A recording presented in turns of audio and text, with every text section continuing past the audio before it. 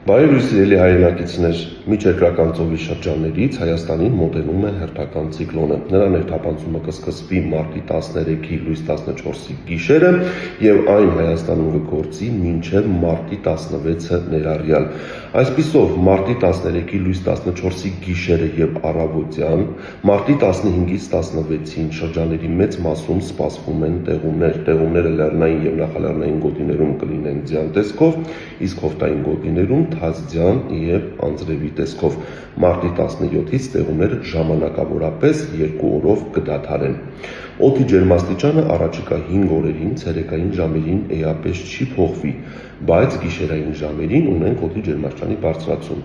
Այսպիսով, մարտի 14-ից 16 ընկած ժամանակահատվածում այսօրվա համեմատ օդի ջերմաստիճանը հանրապետության ողջ տարածքում գիշերային ժամերին կբարձրանա 7-ից 10 աստիճանով եւ արդեն մարտի 15-ից սկսած հանրապետության հովտային եւ նախալեռնային գոտիներում գիշերը օդի ջերմաստիճանը կլինի 0-ից բարձր, տատանվելով +2-ից +4 աստիճան տաքության սահմաններում։